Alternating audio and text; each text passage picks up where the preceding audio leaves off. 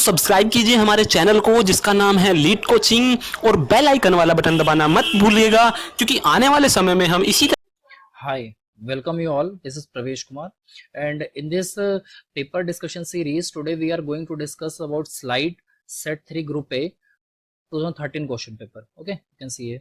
So let's start with the first question. Which of the following is the oldest English daily in India? ये newspaper की बात कर रहे हैं यहाँ पे, तो इन सब में से the D answer is D. The Times of India. I think it started in 1859 या 1860s में इन्होंने अपना पहला कमर्शियल निकाला था द हिंदुस्तान टाइम्स। और काफ़ी ज़्यादा रेवेन्यू जनरेट करने वाला न्यूज़पेपर आज के टाइम में भी है, ये काफ़ी ज़्यादा बिकता है ये Times of India. Okay, so next question is CTBT. तो then the CTBT is a term related to taxes, nuclear weapons, space research and railway goods. So देखो यार, CTBT जो होता है ना, इसका मतलब है comprehensive test nuclear test ban treaty. क्या है? Comprehensive nuclear test ban treaty. ये मोर देन 150 प्लस कंट्रीज ने ट्रीटी साइन की है कि किसी भी न्यूक्लियर जो होता है ना हमारा न्यूक्लियर टेस्ट को बैन करने के लिए अपनी अपनी कंट्रीज में, कि आप उसको मतलब यूज नहीं कर सकते, आप कोई न्यूक्लियर टेस्ट नहीं कर सकते for the military and as well as the civilians purpose. ठीक है, तो इसको हम ये रिलेटेड टू है न्यूक्लियर वेपन्स से actually, right. So which country is set to become the 28th member state of the European Union on 1 जुलाई 2013? यार उस टाइम की बात है तो ये क्रोएटिया था। ओके, तो इसका आंसर होगा A. Who controls the government money in India? It's obviously the Reserve Bank of India. The song Vande Mataram was composed by, everybody knows, the Bankim Chandra Chatterjee. And the ozone layer, please remember, ये काफी बार repeat हो जाते हैं इस तरह के questions. It's answer है D, stratosphere में। I think stratosphere. The chief justice of India inaugurated fast track codes for dealing with the crime against females on 2 Jan 2013 in which of the following place? तो यार chief justice of India की अगर बात हो रही है यहाँ पे तो सोचने वाली बात ही नहीं है, सीधा दिल्ली आएगा। ठीक है, क्योंकि सुप्रीम कोर्ट दिल्ली में और सुप्रीम कोर्ट में चीफ जस्टिस ऑफ इंडिया बैठते हैं, तो obviously दिल्ली आएगा। Next is the find the next number in the series 1 2 3 6 12 24 and 48. So you can see here 1 2 3. If you add 1 and 2 you will get 3. If you will add 1 2 3 you will get 6, and if you will add all these 1 2 3 6 you will get 12, and 12, then if you will add 1 2 3 6 12 you will get 24, after that 48. So 48 this, a total 48 this, how much? 48 plus 48, it's 96. okay, so next question is, यार ये कर लेना एक बार, crossing वगैरह वाले question होते हैं। ठीक है, तो मैं ज्यादा टाइम नहीं लगाना चाहता, मैं बस चाहता हूँ कि मैंने क्वेश्चन कर लूँ यहाँ से डिस्कस, बहुत सिंपल है, आप कर लोगे। अब देखो, जैसे ये 10th क्वेश्चन है, ये भी कर सकते हो, बट इसके लिए मैं भी थोड़ा सा लॉजिक और बता दूं, क्योंकि इसमें वो सिंपल है, डिस्टेंस टाइम इन्हीं सबसे निकल जाएगा वो। इसको मैं थोड़ा सा एक बार डिस्कस करना चाहूंगा 10th को। ठीक है, so let's start with the 10th। देखो 10th क्वेश्चन में कहता क्या है, सॉरी 10th में कहता है क्या है, A can do a work in 15 days, ठीक है, and B in 20 days if they work on to it together. Okay, अगर दोनों साथ में काम करते हैं तो वो 4 दिन के लिए काम करते हैं। ठीक है, इफ दे, अगर वो 4 दिन के लिए एक साथ काम करते हैं, then the fraction of work that is left is, that is जो फिर उसके बाद ये होता है, अगर 4 दिन तक उन्होंने साथ में काम किया तो जो बचा हुआ कितना काम बच गया। ठीक है, क्योंकि ए 15 days में काम कर सकता है, 20 days में काम कर सकता है। अब देखो, हमको ये नहीं पता कि उन्होंने कितना काम किया।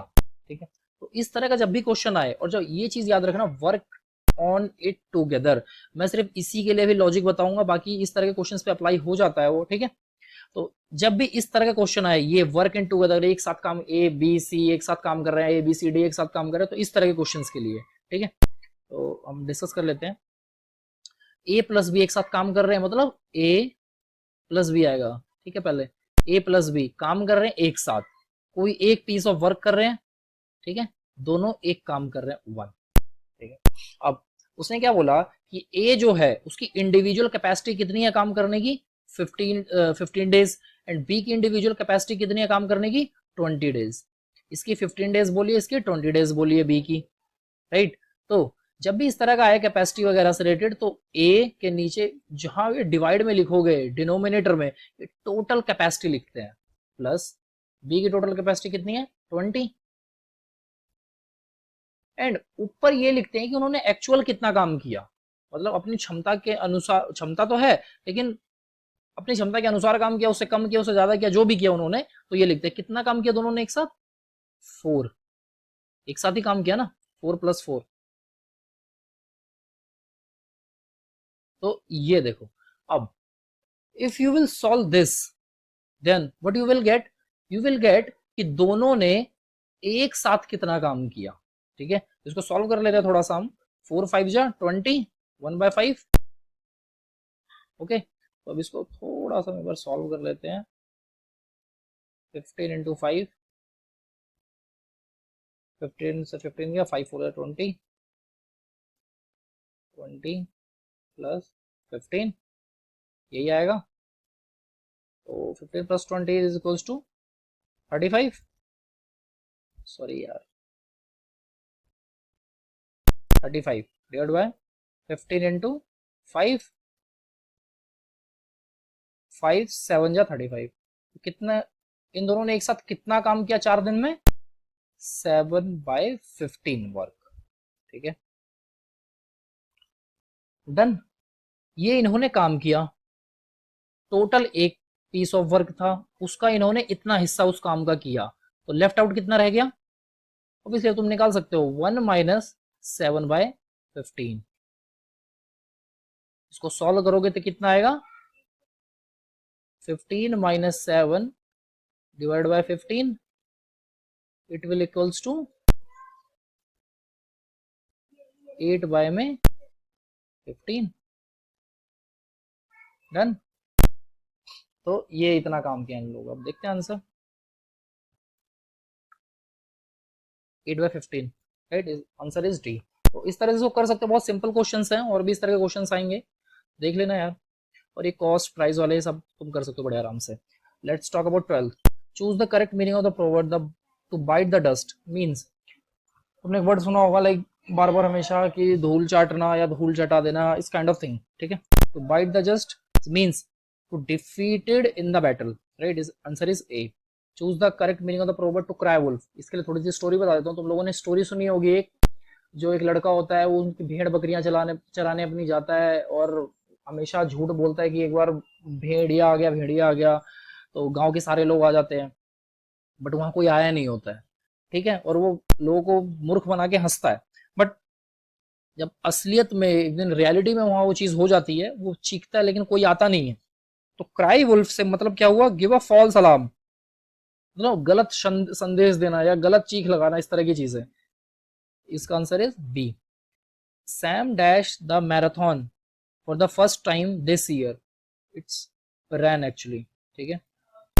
ये यार एक बार पास्ट परफेक्ट कॉन्टिन्यूस टेंस वगैरह एक बार ये सब देख लेना, ठीक है ना, कैसे क्या है सारा कुछ एक बार देख लेना। मैं नेक्स्ट करता हूँ, catching the earlier train will give you the dash to do some, क्या पॉसिबिलिटी, नो, ओकेजन भी नहीं होगा, लक भी नहीं हो सकता, चांस, ठीक है। पॉसिबिलिटी क्यों नहीं होगा, नहीं है यार, मतलब पॉसिबिलिटी क्या होगा उसमें, प्रोबेबिलिटी या पॉसिबिलिटी का कोई इसमें मतलब ही नहीं बनता। अगर तुम पहले ट्रेन पकड़ोगे, तुम पहले पहुंचोगे, ठीक है, और तुम्हारे पास टाइम बचेगा, obviously you will get the chance, ठीक है। प्रोबेबिलिटी बहुत ज्यादा हाई हो गई है यहाँ पे। ओकेजन नहीं, luck no. I saw a dash of cows in the field, obviously the group, but the group of cows is called actually herd, HERD, तो आंसर इज बी। नेक्स्ट आ जाते हैं यार, ये सेक्शन देख लेना, कोई इतना खास टफ नहीं था, बस सिंपल चीजें हैं अपना। दो चीजें जब मैंने स्टैटिक जीएस और डायनामिक जीएस के बारे में बोली थी, तो ये सब स्टैटिक जीएस में आता है, और जो 23rd मेंबर और ये सारे मेंबर्स हैं, ये सब डायनामिक पोर्शन है थोड़ा सा, ठीक है। तो वो मैंने लास्ट टाइम भी बोला था इन लास्ट लेक्चर कि हमेशा 5 6 से 9 महीने के बीच का डायनामिक के लिए पढ़ लो, स्टैटिक के लिए तुम ऐसे ही पढ़ते हो। तो कभी भी डायनामिक पोर्शन के लिए पढ़ना हो, तो जब भी एग्जाम देने जा रहे हो, उससे पहले 6 महीने और मैक्सिमम 9 मंथ से पहले का पढ़ लो, दैट्स इट, ज्यादा नहीं। What is the value of the limit x tends to 0 10x minus 2x upon में 3x minus sin square x? So the value of it is, अगर देखो यहाँ देखोगे तुम अगर तुम जीरो रखते हो always zero by zero form बनेगी है, तो जीरो बाय जीरो फॉर्म बनेगी तो तुमको पता है क्या लगाते हैं, एल हॉस्पिटल्स। न्यूमरेटर को भी डिफरेंशिएट कर दो एक्स से, डिनोमिनेटर को भी डिफरेंशिएट कर दो एक्स से, उसके बाद X equal to zero put करो जो भी रिजल्ट आए दोनों में, ठीक है ना। ऊपर भी अलग डिफरेंशिएट मारना है, नीचे अलग डिफरेंशिएट मारना है, ठीक है। एंड देन उसके बाद जब जीरो पुट करोगे तो जो आंसर आएगा वही तुम्हारी वैल्यू होगी, ठीक है। Done. Next is 22। Alpha plus beta is the root of the equation is this, alpha plus beta, alpha plus ये। चलो यार एक बार इसको हम थोड़ा सा डिस्कस कर लेते हैं एक बार, ठीक है। 22 क्या कह रहा है कि एक पॉलिनोमियल इक्वेशन है, सॉरी क्वाड्रेटिक इक्वेशन है, सो उसका मेरे को अल्फा प्लस बोल रहा है बीटा कौन में अल्फा इनवर्स प्लस में बीटा इनवर्स की वैल्यू फाइंड आउट करनी है। तो देखो अल्फा और बीटा तुमको पता है कि क्या होते हैं, ठीक है। अगर कोई भी क्वाड्रेटिक इक्वेशन दे रही तो अल्फा की वैल्यू हमेशा क्या होती है, बी बाय ए, बीटा की value C by A, correct है, यही होती है। तो इसको अब यहाँ पुट कर देंगे, लेकिन उससे पहले बार सॉल्व कर लेते हैं हम, ठीक है, वो फिर हमारे लिए ज्यादा ठीक रहेगा। Alpha plus beta divide by में, अब देखो यहाँ पर alpha inverse plus beta inverse दे रखा है, दोनों को नीचे लेके जाओगे और सॉल्व करोगे तो it will become beta into alpha, ठीक है, बीटा इंटू अल्फा, और ऊपर फिर अल्फा प्लस बीटा, ठीक है। बीटा प्लस अल्फा ऊपर चला जाएगा, अभी इसको ऊपर भेज दो, अल्फा इंटू में बीटा, ये मेरा ऊपर चला गया। एंड ये जो दोनों थे alpha plus beta cancel out, alpha into beta, ठीक है। तो alpha into beta it will become, यार पहले इसको सॉल्व हम कर लेते हैं एक बार, ठीक है। Alpha by beta C by A, तो अल्फा बाय बीटा की वैल्यू कितनी है मेरी, alpha plus beta, alpha plus beta, alpha की वैल्यू, एक मिनट, हाँ तो ये, अरे अच्छा ये कर दिया यार। चलिए ये अल्फा प्लस बीटा की वैल्यू होती है B by A, and alpha into में बीटा की वैल्यू होती है सी बाय ए, करेक्ट है। तो अल्फा प्लस बीटा ये सारा कैंसिल आउट हो गया, बचा कितना, सिर्फ alpha into beta, alpha into beta की वैल्यू कितनी है, सी बाय ए, तो इसका आंसर कितना हो जाएगा, सी by A, D, okay. Next questions में यार तुम एक बार देख लो, ये सारा एपीजीबीए क्वेश्चंस, आई थिंक कोई इनमें दिक्कत वाली बात है नहीं, ठीक है। ये भी है अपना सारा कर लोगे, ये 25th एक बार देख लो, ठीक है। 25th में देखो कुछ करना नहीं है, मैं तुमको इसका थोड़ा लॉजिक बता देता हूँ, आई थिंक जिसको आता हो, जो ट्रिग्नोमेट्रिक आइडेंटिटीज जिसको अच्छे से आती होगी वो कर लेगा।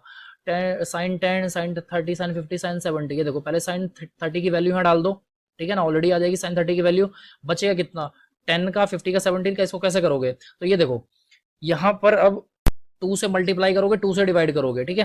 2 से मल्टीप्लाई करोगे तो कितना आ जाएगा, 2 साइन ए, इसको एक बार साइन ए मान लोगे और इसको साइन बी मान लोगे, तो 2 साइन ए साइन बी, ठीक है।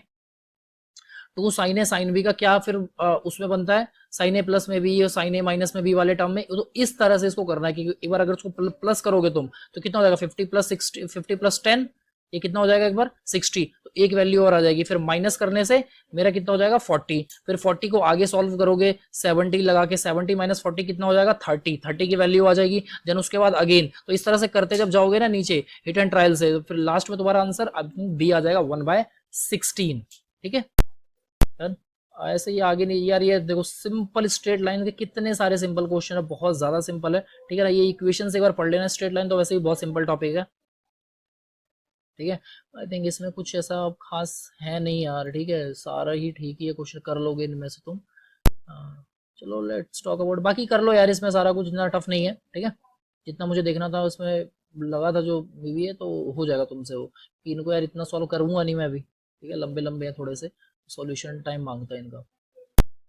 लेट्स देखो ये 41 पे आते हैं, how many moles of water are present in 180 gram of water, 180 gram of water में पूछ रहे कितने मोल प्रेजेंट होंगे, करेक्ट है।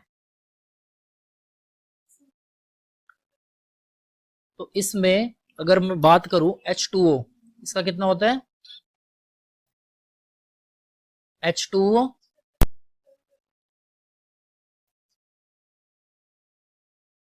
ठीक है। तो एक बार यार इस पूरे मॉलिक्यूल का तुम एक बार वेट निकाल लोगे ना, जैसे H2O है मेरा, इसका पूरा एक बार मेरे वेट निकालोगे तो कितना हो जाएगा इसका 2 इंटू में 1, क्योंकि इसके हाइड्रोजन के 2 मॉलिक्यूल हैं, और फिर उसके बाद इसका मास कितना है 1, ठीक है। एंड देन प्लस में ऑक्सीजन का 1 मॉलिक्यूल है, इंटू में इसका मास कितना है 16, तो 16 प्लस 2 इज इक्वल्स टू 18, ठीक है। ये इस पूरे मॉलिक्यूल का मेरा मास आ गया। देन उसके बाद इन्होंने 180 ग्राम्स ऑफ वाटर दिया हुआ है, तो हमको मोल इन्होंने पूछा है क्या होता है, तो मोल का यार सीधा फॉर्मूला होता है mole is equals to given mass, ठीक है। जो गिवन मास होता है, जो दिया हुआ मास है, अपॉन में टोटल मास, तो टोटल मास जो मॉलिक्यूल का कितना है 18, ओके। तो 180 बाई 18 कितना हो जाएगा, 180 डिवाइडेड बाई में 18 इज इक्वल्स टू 10, तो इसका मतलब यहां पर हो जाएगा 10 मोल्स ऑफ वाटर, ठीक है। इस answer is C, sorry B. The quantum number वगैरह क्या रिवर, ये सारे क्वेश्चंस तुम खुद देख लेना।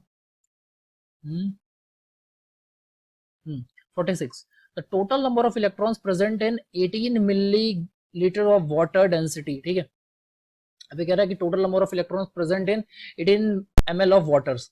अब इसको देखो कैसे निकालोगे, अभी तुमने इस क्वेश्चन में 18 ग्राम्स निकाला, मतलब इसका पूरे का वेट कितना निकाला 18 के आसपास, ठीक है।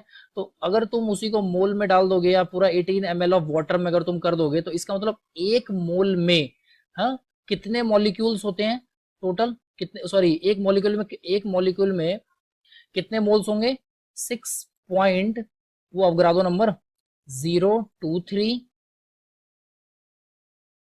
इंटू में 10⁻⁻23, करेक्ट है।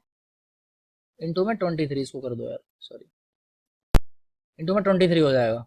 अब नेक्स्ट इसने पूछा टोटल नंबर ऑफ इलेक्ट्रॉन्स, यार तो देखो टोटल नंबर ऑफ इलेक्ट्रॉन्स निकालने के लिए ये तो एक की बात कर दी इसने, ठीक है। अब ऐसे ही अगर मैं H2O की मैं बात करूं, जो भी जिसकी हम बात कर रहे हैं, तो H2O इसके अंदर कितने इलेक्ट्रॉन्स हो जाएंगे मेरे पूरे के पूरे, हाँ 2 इलेक्ट्रॉन्स इसके हो गए, प्लस इसके कितने हो गए 8 इलेक्ट्रॉन्स, ठीक है। टोटल कितने हो गए 10 इलेक्ट्रॉन्स। तो अब 10 multiply this total number of electrons, ये 23 पावर था, इतना कितना हो जाएगा 24 पावर। तो I think answer is 6.03 into 10 की पावर 24। अरे यार दिख नहीं रहा है, मे बी शायद सी होना चाहिए, क्योंकि लग तो रहा है ये 24, देख लेना यार इसको एक बार, मेरे को दिख भी नहीं रहा कौन सा आंसर है, ठीक है। Okay, hydrogen bonding results in higher level of vaporization, higher boiling point, higher melting point, या इसका सब होता है, क्योंकि हाइड्रोजन बॉन्डिंग सबसे स्ट्रॉन्ग बॉन्डिंग होती है in terms of inter molecules में, ठीक है। Describe following, describe the hydrogen bond between hydrogen, ये देखो हाइड्रोजन बॉन्ड का मतलब होता है हाइड्रोजन एंड हाइड्रोजन के बीच में ही, ठीक है। तो ये इन दोनों में से कोई भी हो सकता है, किसी पे भी लगा दो, दोनों ही सही है।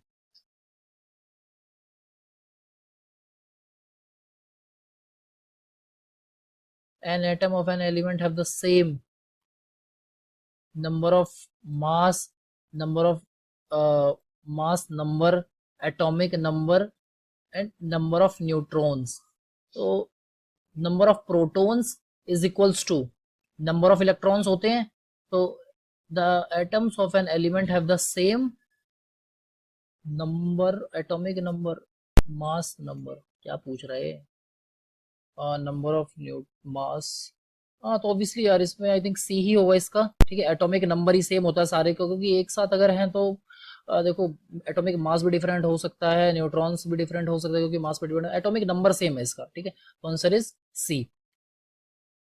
एक बार ये सारा भी अब तुम एक बार देख लेना यार। अब in modern periodic table the elements are arranged as, हाँ एटॉमिक नंबर के बेसिस पे अरेंज किया जाता है ना इसमें।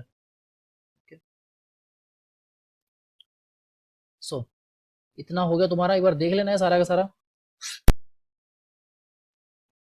ज्यादा टफ नहीं है, इतना तो तुमने करा ही होगा यार।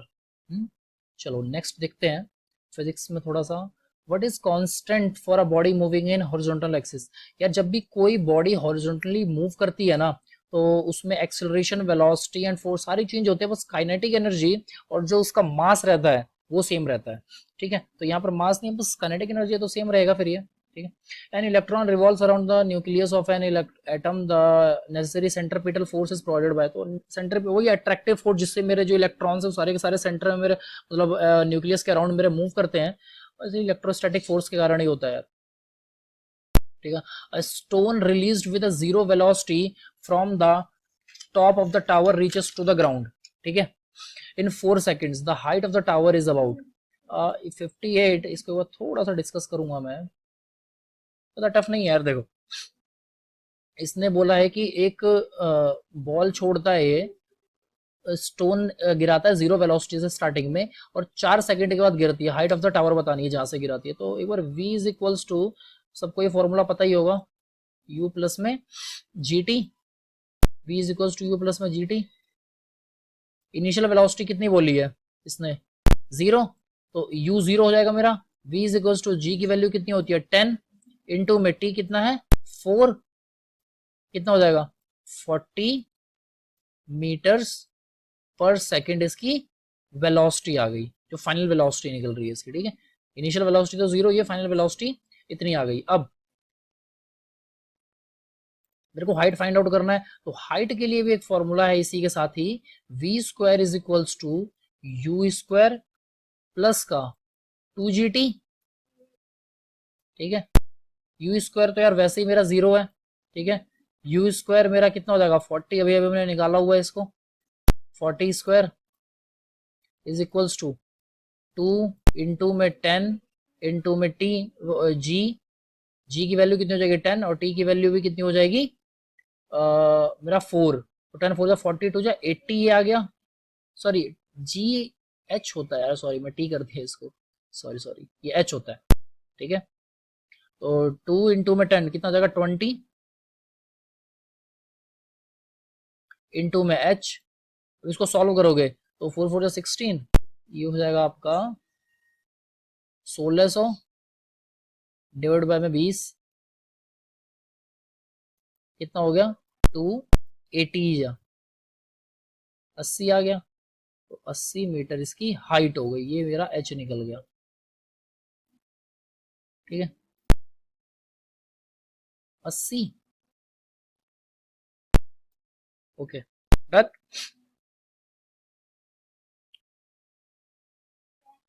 ठीक,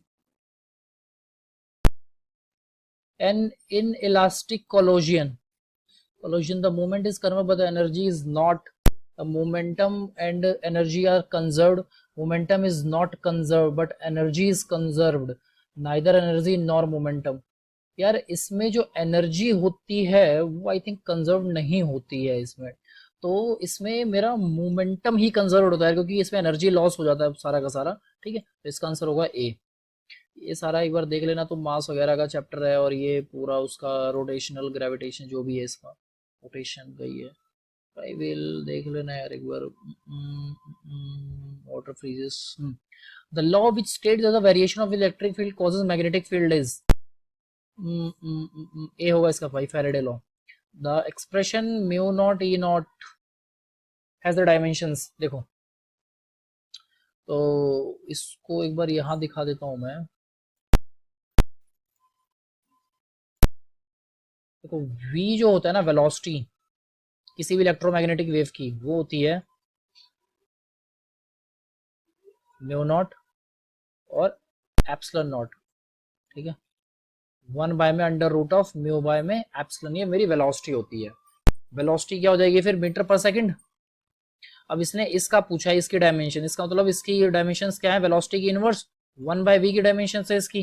v इज इक्वल्स टू क्या हो जाएगा डी बाय में टी, टी मतलब डी का कितना हो जाएगा एल, तो एल इनवर्स टी, ये मेरी इसकी डायमेंशंस हो गई L inverse T, L inverse T is C.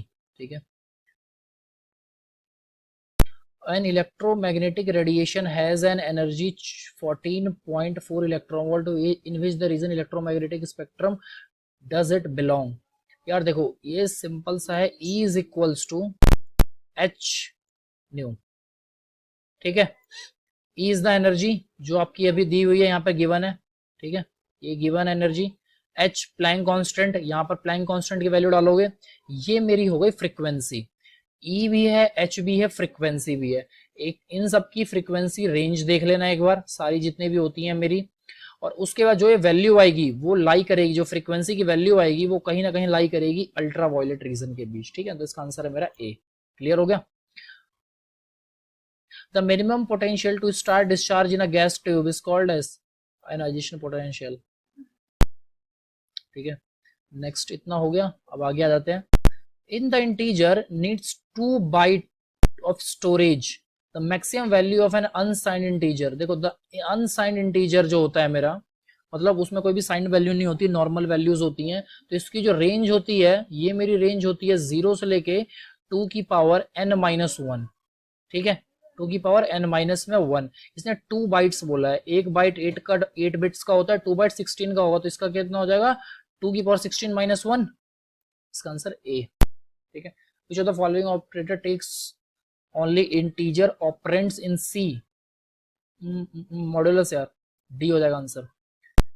In C program must contain at least one function, needs input data, needs not contain any function, must contain at least one function. जो आप main function लिखते हो वो तो होना ही चाहिए ना, ये प्रेसिडेंसी वगैरह है, ये कर लेना। प्लस प्लस सी, इसका मतलब ये पहले इंक्रीमेंट करेगा देन ए में सेव करेगा, इसका मतलब ये होता है। इज इलीगल तो नहीं है यार, मीनिंगलेस ये होना चाहिए, फिर सी सी होगा यार इसका। The only block sorry, the only state transition that is initiated by the user process itself, इसको ये ब्लॉक, इसको मतलब ये ब्लॉक में होता है यार, ये ब्लॉक होता है, ठीक है। इसका आंसर है block. The number of instructions needed to add n numbers and store the result in memory using one address instruction is, भाई ये इंडिपेंडेंट होता है, ठीक है ना, वो डिपेंड करता है कि कितना डेटा स्टोर है, कितना बड़ा है डेटा या जो भी है, उस पर डिपेंड करता है। तो विच of the following service is not supported by the operating system? Operating system protection, accounting, input output operation भी करता है, कंपाइलेशन नहीं, ये नहीं होता, ठीक है। In round robin CPU scheduling as the time quantum is increase the average turn around time is, यार वेरी करता है यार, वेरीज इरेगुलरली, ठीक है। अब the boolean expression x plus X bar Y, ठीक है, इज इक्वल्स टू, थोड़ा सा देख लो इसको भी, वैसे बताने की जरूरत नहीं है बट ठीक है, x प्लस का x बार y, ठीक है, इसके ऊपर बार लगा हुआ है। जब भी इस तरह की इक्वेशन रहे, याद रखना हमेशा सेम फंक्शन होना चाहिए मेरा, सेम वर्ड होना चाहिए, जैसे x है यहाँ पर और x यहाँ पर भी है, दोनों में, ठीक है। एक मेरा विदाउट बार होना चाहिए जैसे x है, और एक मेरा विद बार होना चाहिए, तो हमेशा रिप्लेस होगा x plus X bar multiply by x plus Y, ठीक है।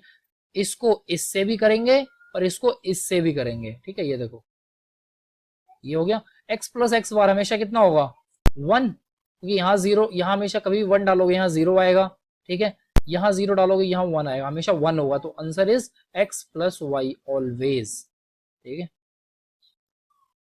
x plus Y. Any given truth table can be represented by Carnot map product of sum of Boolean expressions, sum of the products of Boolean expressions, all of these यार, किसी को भी हम represent कर सकते हैं, ठीक है, कोई दिक्कत वाली बात नहीं है। और next is the average successful search time for sequential search of n items is, it's n+1/2 होता है यार, ठीक है। और ये बाइनरी ट्री वगैरह के एक बार देख लेना तुम सारे, अपना डेटाबेस वगैरह सब कुछ देखना पड़ेगा भाई, देखो थोड़ा थोड़ा कुछ छोड़ना नहीं है, देखना सब कुछ है, लेकिन बहुत लीनियंसी में देखना है, एक उसमें रख के देखना है, मतलब कि सब कुछ एकदम पढ़ने भी नहीं बैठना, देखना भी सब कुछ और नहीं भी सब कुछ देखना है, तो अब वो तुम्हारे ऊपर है स्मार्ट स्टडी कैसे करते हैं। विच of the following is useful in the implementing quick short stack, ठीक है, ये सारा एक बार देख लो, कितना बताएं इसमें। The topology with highest reliability is, देखो इन सब में सबसे ज्यादा मैच होता ही है, क्योंकि बाकियों में क्या है, बस वगैरह में या रिंग में या स्टार में एक कनेक्शन टूटा पूरा सिस्टम फेल होता है, बट मेस में अगर एक कनेक्शन टूटेगा सिस्टम फेल नहीं होगा, सिर्फ वो कनेक्शन लूज खत्म होगा, ठीक है। तो मेश टोपोलॉजी है। The Hamming distance between 0 0 1 1 1 1 0 1 0। देखो हैमिंग डिस्टेंस हमेशा होता है जब भी दो कोड्स दिए जाते तो 0 0 1 1 1 1 एंड 0 1 0 0 1 1। तो देखो यार इसमें जनरली होता क्या है कि जैसे दो या तीन कोड वर्ड्स कुछ भी दिए रहेंगे, इस तरह के कोड वर्ड्स दिए रहेंगे, तो हैमिंग डिस्टेंस होता है कि उनके जो प्लेसेस हैं उन प्लेसेस के बीच में डिफरेंस कितना है। सपोज करो अगर मैं एक्सट्रीम एमएसबी की बात करता हूँ, एमएसबी दोनों की सेम है, नो प्रॉब्लम, ठीक है ना, कोई इसमें डिस्टेंस, कोई इसमें मतलब दिक्कत की बात नहीं। अब देखो उसके बाद आओ नेक्स्ट वाले पे, इधर 0 है इधर 1 है, इसका मतलब एक पे दिक्कत आ रही है, ठीक है, मतलब एक प्लेस पे ये चेंज है दोनों के डिस्टेंस में। दूसरा 1 0 आ गया, इधर भी चेंज है, फिर 1 फिर 0 इधर भी चेंज है, बाकी 1 1 1 1 सेम है। तो देखो कितने चेंज है इन दोनों में, कितना कितने प्लेसेस पे चेंज है या कितनी बार चेंज है इन दोनों के अंदर, कितना चेंज है, 2 ओ सॉरी 3। तो आंसर इज 3। इसी को हैमिंग डिस्टेंस कहते हैं। करेक्ट है कि जितना भी मेरा दो कोड वर्ड्स के बीच में चेंज रहेगा, जितना भी चेंज रहेगा प्लेसेस का, ठीक है, उन चेंज मतलब उन चेंज प्लेसेस को हैमिंग डिस्टेंस बोलते हैं। अब end to end connectivity is provided from host to host. ये देखो सेशन लेयर यार, एक बार ओएसआई लेयर भी अच्छे से पढ़ लेना, सारी लेयर्स की एक बार वर्किंग पढ़ लेना, बहुत आता है क्योंकि घुमा फिरा के पूछते हैं और बहुत इंपॉर्टेंट है ओएसआई लेयर यार, बहुत ज्यादा इंपॉर्टेंट है, ठीक है। In broad sense a railway track is an example of simplex, simplex, half duplex, full duplex, all of these. Simple सी बात है यार, हाफ डुप्लेक्स होगा। रीजन है उसके पीछे, देखो क्यों हाफ डुप्लेक्स होगा, अगर किसी को डाउट है तो एक बार मैं बता देता हूं। ये हाफ डुप्लेक्स होगा बिकॉज एक रेलवे ट्रैक है, उसपे से एक ट्रेन आ रही है, सपोज करो इधर से, क्या सेम ट्रेन वापस एक साथ साइमल्टेनियसली आ सकती है? एक साथ नहीं आ सकती।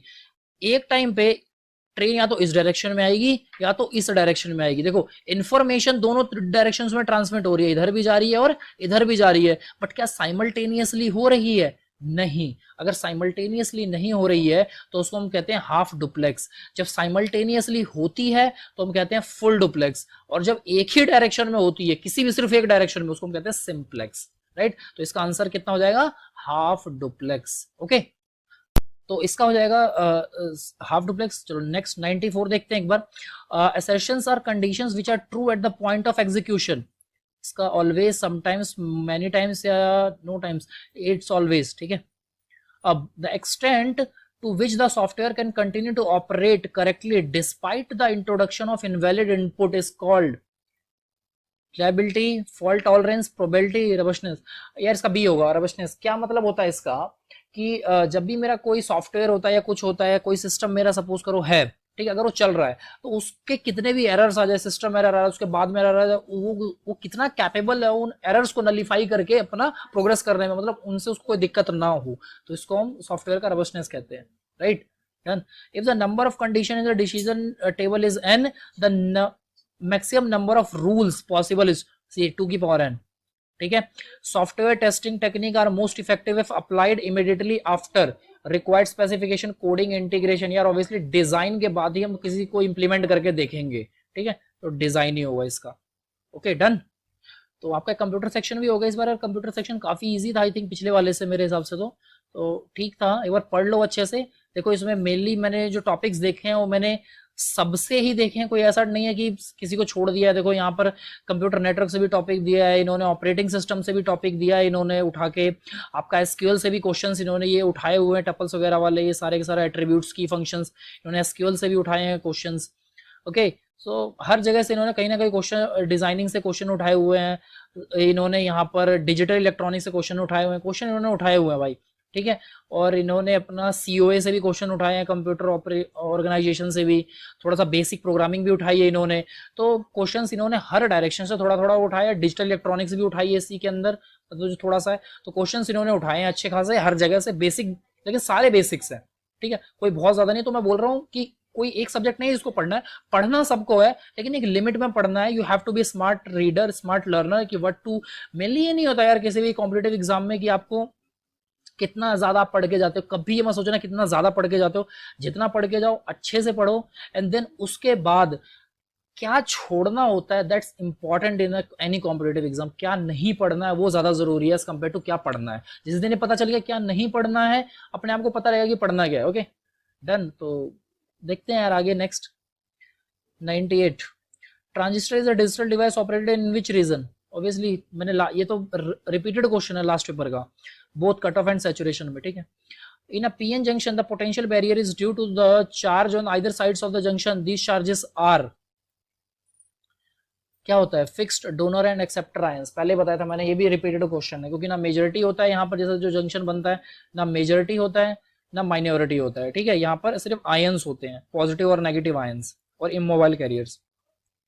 तो मेरी रिक्वेस्ट है जिनको ये लग रहा होगा कि यहाँ पर ये सबका बताया नहीं, तो एक बार ये देख लेना, रिपीटेड क्वेश्चन है। मैंने लास्ट मैंने रिपीटेड पेपर सॉल्व कराया हुआ है 2012 का, उसको एक बार देख लो, वहां पर ये क्वेश्चन रिपीटेड है एज इट इज, तो मैंने बताया हुआ है सब भी। ये भी देखो रिपीटेड क्वेश्चन है, the input resistance of BJT is obviously more than FET, an addition of impurity atom to the pure semiconductor. Pure को कहते हैं इंट्रिंसिक सेमीकंडक्टर और इम्प्योर को हम कहते हैं एक्सट्रिंसिक, जिसके अंदर डोपिंग की जाती है। तो जहां डोपिंग की कर दी जाती है किसी भी एटम की, ठीक है, या उसमें मिलावट कर दी जाती है, तो उसको कहते हैं एक्सट्रिंसिक सेमीकंडक्टर। देखो ये सारे मैंने क्या बोला था कल ही, जैसे रिपल फैक्टर वगैरह वाले क्वेश्चंस थे हाफ, तो ये सब याद करो। मैक्सिमम एफिशिएंसी पूछ ली डायरेक्ट, इसकी होती है हाफ वेव रेक्टिफायर की 48.6%, और अगर फुल वेव की पूछता तो फुल वेव की होती है यहाँ पर मेरी 80%। ठीक है, तो ये देखो इफिशिएंसी कन्वर्जन में फुल वेव रेक्टिफायर ज्यादा अच्छा हाफ वेव रेक्टिफायर से। Acceptor type of impurity is phosphorus, freedom, boron. Boron होता है भाई देखो, क्योंकि बोरोन के जो लास्ट ऑर्बिट में होगा वो हमेशा 3 इलेक्ट्रॉन्स होंगे। 3 इलेक्ट्रॉन्स मतलब एक मेरा 4 से कोवेलेंट बॉन्ड बनता है, एक पेयर हमेशा खाली रहेगा, तो हमेशा इलेक्ट्रॉन्स को ले सकता है, इसलिए हम जब लेने वाली बात होती है तो हम एक्सेप्टर कहते हैं उसको। ठीक है, the ripple frequency in the case of full wave rectifier is, एक बार इसको थोड़ा सा बता देता हूँ, मे भी कुछ लोगों को ना पता हो। देखो जब भी मैं इनपुट देता हूं अपना, हाँ तो पूछना फुल वेव रेक्टिफायर। ओके देखो, जब मैं रेक्टिफायर का आउटपुट क्या होता है, रेक्टिफाई कर रहा, सपोज करो मैंने साइनोसॉइडल सिग्नल दिया इस तरह का जिसको रेक्टिफाई करना है, ठीक है, इसको डीसी बनाना है, तो रेक्टिफायर क्या करता है, कोई भी रेक्टिफायर क्या करता है, बाई डायरेक्शन को यूनि डायरेक्शन में कन्वर्ट करता है, मींस, और ये full wave rectifier full sine wave को कर देता है। तो ये भी आएगा, ये भी आएगा, ये भी आएगा, ये भी आएगा, इस तरह से आएगा आउटपुट फुल वेव रेक्टिफायर का। अब देखो अगर मैं फ्रीक्वेंसी की बात करूं, इनपुट फ्रीक्वेंसी सपोज करो f0 है, ठीक है, और वो कितने साइकिल के बाद रिपीट हो रही है, ये देखो इतनी जितनी देर में इसकी एक साइकिल आ रही है, जितनी देर में इसकी एक साइकिल खत्म हो रही है, उतनी देर में जो आउटपुट की है वो पूरी एक साइकिल कंप्लीट करके दूसरी साइकिल स्टार्ट कर दे रहा है। ठीक है, तो इसका मतलब क्या हुआ कि जो मेरी आउटपुट फ्रीक्वेंसी हो गई वो मेरी ट्वाइस हो गई as compared to input frequency. तो output frequency full wave rectifier की हमेशा ट्वाइस ऑफ f0 होती है, और अगर ये हाफ वेव पूछ लेता तो हाफ वेव की जो आउटपुट फ्रीक्वेंसी होती है वो f0 होती है, ये सेम एज द इनपुट होती है, इनपुट भी f0 आउटपुट भी f0, but in full wave rectifier if input is f0 then output is twice of f0। Okay, is twice the supply frequency. Okay,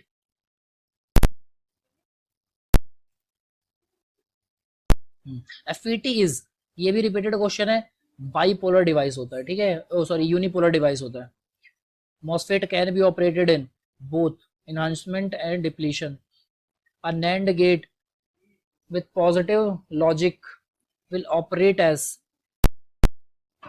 तो यार इसका होगा NOR with negative logic, क्योंकि जो NOR होता है मेरा, ठीक है, वो NAND का ही मेरा ड्यूल होता है। ठीक है, in the active region of common base transistor while the collector base junction is dash bias and the base emitter junction is in active region. Common base की बात कर रहा है, तो इसका मतलब मेरा बेस कॉमन होगा और जो मेरा इनपुट होगा एमिटर, तो emitter is forward wise and the collector base junction is reverse wise and this is forward wise, तो इसका बी हो जाएगा। बट द मोड फ्रीक्वेंसी ये सारे के सारे रिले किए हुए सीई हो जाएगा यार इसका।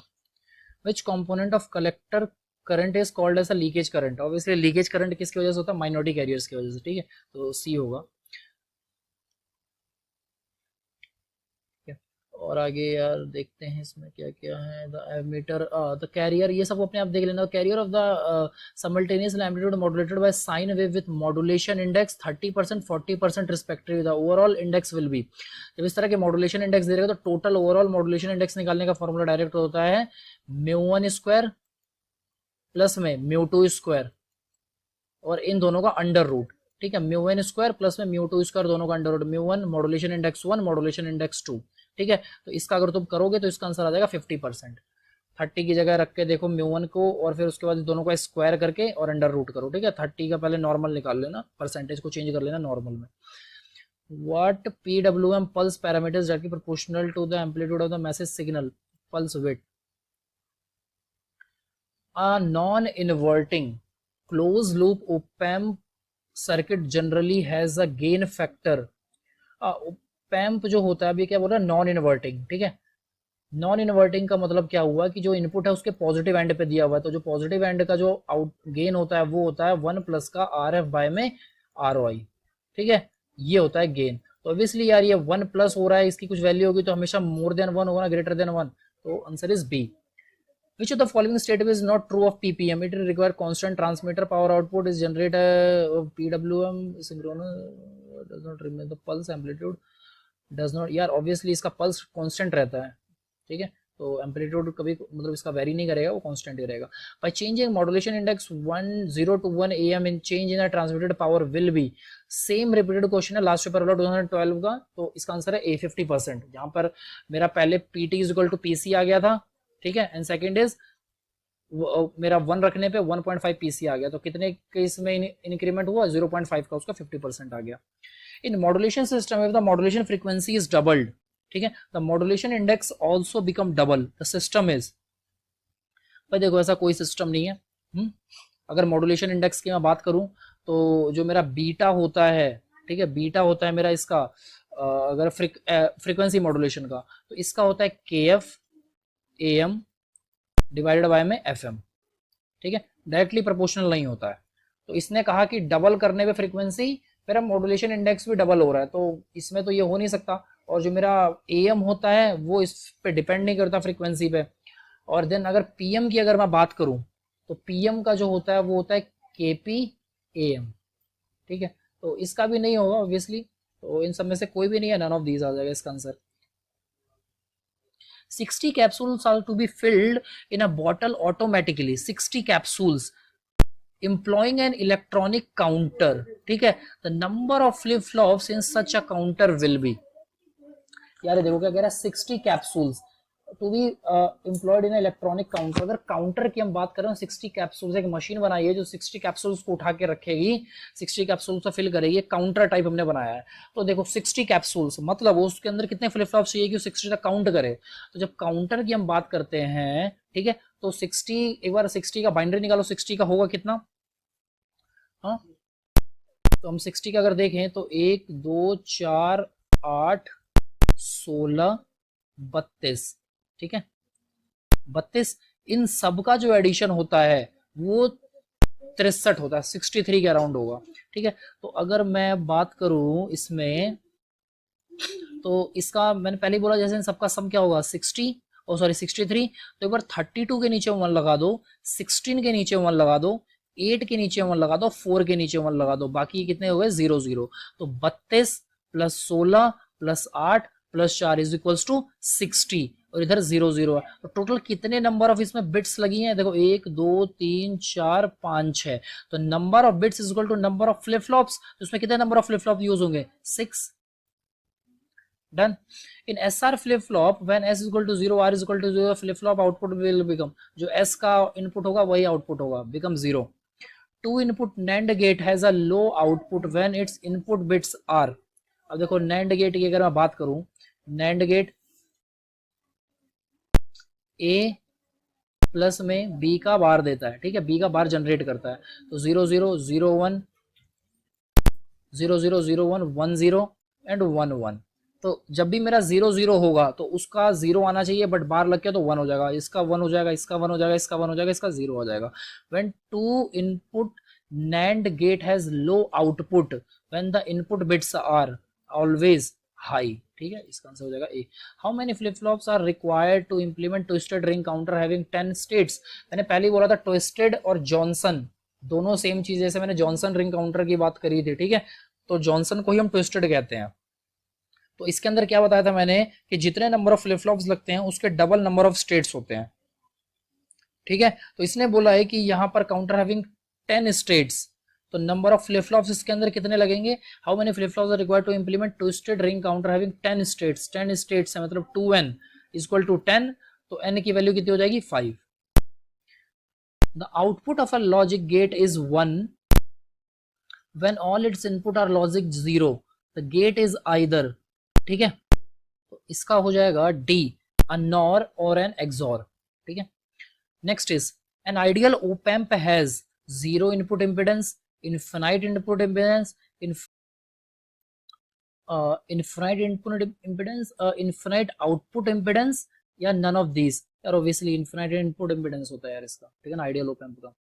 For an op amp having differential gain AV and common mode gain ये CMR इज, मैंने कल की क्लास में बता, जब लास्ट मैंने पेपर सॉल्व किया था तो उसमें भी इस तरह का कोई क्वेश्चन आया था, तो मैं पहले ही बोला था मैंने डिफरेंशियल गेन अपॉन में कॉमन मोड गेन, तो डिफरेंशियल गेन क्या बोला इसने एवी और कॉमन मोड गेन ये, तो answer is C. Next is the average value of the voltage for 230 volt 50 hertz single phase AC supply is, यार ऑब्वियसली जीरो होगा। एवरेज वैल्यू मैंने क्या बोली थी, ठीक है, एवरेज वैल्यू मतलब एरिया जितना भी हो रहा है मेरा, पॉजिटिव नेगेटिव दोनों कवर करता है, इस तरह का होता है, ठीक है। तो इसका जो मेरा फुल साइकिल एवरेज होगा कितना होगा, पॉजिटिव नेगेटिव, नेट कितना होगा 0। 10 watt 230 bulb is supplied with, इतना power consumption is by the bulb will be, so bulb is supplied with 115 volt, power consumption by the bulb will be. तो यार यहाँ देखो इसने भी बोला है कि बाय द कांस्टेंट, ठीक है, रेजिस्टेंस का कांस्टेंट है। सो एक बार हम देख लेते हैं इसको थोड़ा सा, ठीक है। तो अगर मेरे पास कोई ऐसा बल्ब लगा हुआ है यहाँ पे, ठीक है, इसकी सप्लाई लगी हुई है, कितने की है 115 वोल्ट, और इसकी खुद की रेटेड वोल्टेज कितनी दे रखी है, rated voltage rated power 100 what, 100 what and 230 volt, correct है। तो इसका इसने रेजिस्टेंस बोला है कांस्टेंट है, तो एक बार हम कई काम करते हैं कि इस बल्ब का हम रेजिस्टेंस निकाल लेते हैं। तो रेजिस्टेंस और पावर के बीच में क्या फॉर्मूला होता है, P is equals to V square by में आर, ओके। सो यहाँ से हम आर की वैल्यू क्या फाइंड आउट कर सकते हैं, R is equals to V square, तो वी की वैल्यू हमारी कितनी है,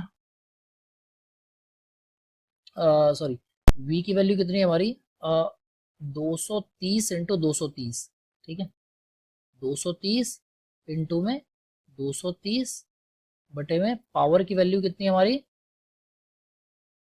अपॉन में 100, ठीक है। तो इसका आ जाएगा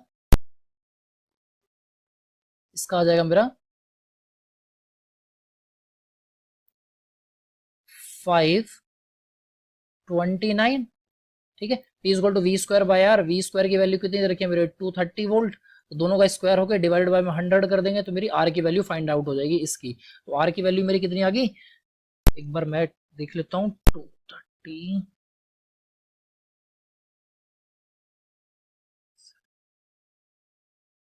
529, ठीक है। 529 का यहाँ समझ लो रेजिस्टेंस लग गया एक तरह से, कांस्टेंट रेजिस्टेंस, क्योंकि कांस्टेंट उसने पहले बोल दिया, एक तरह से रेजिस्टेंस लग गया। तो अब कह रहा है कि अब पावर कितनी कंज्यूम करेगा अगर ये सप्लाई लगी हुई है, तो फिर से वही लगा दो, P is equals to V square by R. इस बार मेरा V चेंज हो गया है, यहाँ पे V कितना है 115 का स्क्वायर, ठीक है, डिवाइड बाय में आर की वैल्यू कितनी तुमने निकाली है 529, ठीक है। इसको सॉल्व कर देते हैं,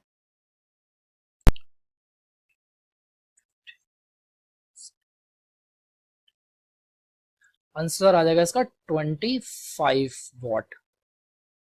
अब ये कंज्यूम कर रहा है। तो अच्छा ये बताओ इसकी रोशनी कैसी होगी, कम होगी कि ज्यादा होगी, ये कम तेज जलेगा, मतलब कम जलेगा, क्योंकि रेटेड तो इसकी 100 वॉट है ना, ठीक है, तो ये 25 वॉट पे थोड़ा सा कम जलेगा। तो इसका आंसर कितना आ जाएगा डी, 25, ठीक है। For an RLC series circuit the voltage across the capacitor resonance, भाई देखो रेजोनेंस के टाइम पे कैपेसिटर के अक्रॉस जो वोल्टेज होती है हमेशा ज्यादा होती है सप्लाई फ्रीक्वेंसी से, सॉरी सप्लाई वोल्टेज से, ठीक है, ज्यादा रखना। Tellegen's theorem is applicable to linear network, non linear network, both linear non linear use होता है यार। Active power and apparent power of the load is 100 and 200 VA, the power factor, देखो power factor क्या होता है cos theta, cos theta हमेशा इसकी value होती है मेरी एक्टिव पावर अपॉन में अपीयरेंट पावर, एक्टिव पावर अपॉन में अपीयरेंट पावर। तो एक्टिव पावर यहाँ पे कितनी दे रखी है 100 और अपीयरेंट पावर कितनी दे रखी है 1/2 आ गया 0.5 है इसके cos theta. For the power in an AC circuit is measured by using obviously our wattmeter. A DC voltage source of 100 having variable resistance, internal resistance which can be varied from 0 to 100 ohm. What should be the value of the resistance in order to transfer maximum power to a load of 5 ohm resistance with this source? तो जैसे ही दिमाग में ये question आता है एकदम से लगता है वही superposition theorem, sorry maximum power transfer theorem लगा दिया, load resistance is equal to source resistance. यही गलती हो जाती है यहाँ पे कभी कभी इस तरह के क्वेश्चंस में। तो यहाँ पर इसने क्या बोला है कि एक सप्लाई लगी हुई है, रेजिस्टेंस चेंज हो रहा है, ये वेरिएबल रेजिस्टेंस है जो मेरा इंटरनल है, और ये लोड मेरा कितने का है इधर मेरा 5 का लगा रखा है। तो देखो मैक्सिमम पावर कहाँ होगी कि सारा का सारा पावर इसी के अक्रॉस ड्रॉप हो जाए, या सारा करंट या जो भी है वोल्टेज इसी के अक्रॉस आ जाए, ये वाला जो रेजिस्टेंस है लोड ये रहे ही ना, तब मैक्सिमम होगी कि नहीं होगी, होगी। तो इसका मतलब ये है कि अगर मैं इसको जीरो कर दूं, जीरो रेजिस्टेंस मतलब शॉर्ट सर्किट, तो अगर मैं इसको जीरो कर दूं तो यहाँ पर मैक्सिमम डिलीवर होगा, क्योंकि अगर मैं इसको बराबर कर देता हूँ 5 के तब तो कुछ ना कुछ ड्रॉप होने लगेगा, क्या मैक्सिमम हो पाएगा कभी नहीं। तो इसको मैं जीरो कर दूंगा तो ये यहाँ पर आ जाएगा। अब देखो यहाँ आंसर दिया होगा 0, बी 0, ठीक है। The current through an inductor in RL circuit connected with DC supply। देखो DC के लिए जो इंडक्टर होता है XL, उसका जो रिएक्टेंस होता है वो क्या होता है ओमेगा L, और DC इसने बोला है। तो DC के लिए जब हम बात करेंगे तो अगर कोई मेरी लाइन है ऐसी, ठीक है, इसके अक्रॉस मेरा इंडक्टर के अक्रॉस मैंने DC सोर्स लगाया, तो कैसे जीरो पे तो चलो कुछ है ही नहीं, लेकिन जैसे ही मैं इसको लगाऊंगा ये कैसे एक्ट करेगा शॉर्ट सर्किट की तरह, ठीक है। जैसे मैं इसको लगाऊंगा तो डीसी के लिए कैसे एक्ट करेगा शॉर्ट सर्किट की तरह, बिकॉज डीसी की फ्रीक्वेंसी कितनी होती है 0, एक्सएल 0, रिएक्टेंस 0 हो गया, रेजिस्टेंस 0 हो गया, रिएक्टेंस रेजिस्टेंस सेम चीज है, रेजिस्टेंस 0 मतलब शॉर्ट सर्किट। तो क्या होगा increases from 0 to maximum a. अब ये देख लो मेजरमेंट का एक क्वेश्चन है यार, इसको तुम कर लोगे आराम से, क्या है इसमें कुछ भी नहीं है, ठीक, इसको सिंपली कर लेना तुम।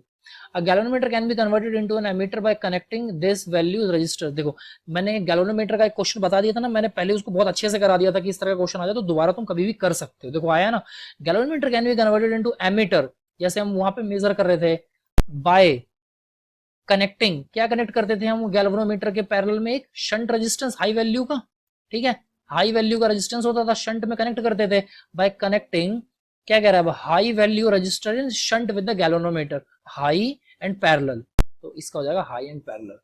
Moving iron type instrument can be used for the measurement of only AC voltages and current के लिए होता है यार, ठीक है। Standardisation of potentiometer is done in order they become accurate and direct readable के लिए हम उसको बनाते हैं इसलिए। Which of the following bridges is used for the measurement of high Q, Hay bridge होता है, ठीक है। मैक्सवेल्स ब्रिज तुमको बता दिया था मैंने इंडक्टेंस के लिए यूज किया था, व्हीटस्टोन ब्रिज मैंने किसके लिए बताया था, वेन ब्रिज या व्हीटस्टोन ब्रिज जो भी तुम कह लो, फ्रीक्वेंसी के लिए बताया था, हे ब्रिज मेरा हाई क्वालिटी फैक्टर के लिए। बाकी ये सब कर लेना है ऑसिलोस्कोप वगैरह के क्वेश्चन से। A cathode ray oscilloscope can be used for the measurement of voltage current phase difference between signals, ये फ्रीक्वेंसी सिग्नल्स होता है, ऑल ऑफ द वो यार सारे मेजर करता है, ठीक है। How many display segments are required to display alpha numeric character. देखो alpha numeric character A B C D जो भी हो गया, तो उसको डिस्प्ले हम करने के लिए क्या क्या यूज करते हैं। तो अब तुमने सेगमेंट में देखा होगा कुछ इस तरह का जो एलसी वो आते हैं डायोड्स टाइप के, तो आपको ऐसा कुछ लगा होता है ना, ये देखो ऐसा, ठीक है, ऐसा लग के ऐसा कुछ हो, तो कितने 1 2 3 4 5 6 7 टोटल कितने हैं 7। Since input resistance of an operational amplifier is infinite, the output resistance should be 0 ideal के केस में, ठीक है। एक बार डिजिटल का एक क्वेश्चन है यार, उसको देख लेना, तुमने पढ़ा होगा तो इसको एक बार देख लेना, ठीक है ना, ज्यादा कुछ है नहीं। Approximate AD converter as resolution, ये डायरेक्ट फॉर्मूला रिजोल्यूशन का मेरे को ध्यान नहीं आ रहा अभी, तुम इसको एक बार कर लेना, डायरेक्ट रिजोल्यूशन बेस का क्वेश्चन है, ठीक है। And LVDT is used for the measurement of displacement, ठीक है। Transformer can be used for AC to DC conversion, electrical isolation, power amplification, दोनों ही गलत है, इसका यूज होता है इलेक्ट्रिकल आइसोलेशन के लिए। डन। अब ये देखो ये सिंपल जो मैंने कल एक बताया था तुमको फॉर्मूला, वही वाला जो V2 बाय में V1 equal to I1 bye में I2, उसी से मेरा जो टर्न वगैरह वाला होता है, जो उसका ट्रांसफॉर्मेशन रेशियो वगैरह से इसको निकाल लेना। विच ऑफ द फॉलोइंग, ये थोड़ा सा मोटर्स का क्वेश्चन ठीक लग रहा है। Which of the following electrical motor runs at constant speed. या देखो जो कांस्टेंट स्पीड के लिए हम यूज करते हैं वो करते हैं डीसी शंट मोटर होता है, ठीक है। At no load the speed of the DC motor is high. हाँ, किस डीसी जो डीसी सीरीज मोटर होता है ना, इसका बहुत ज्यादा हाई हो जाता है। इसको थोड़ा सा मैं हल्का सा डिटेल में डिस्कस कर देता हूं क्यों हो जाता है, ठीक है।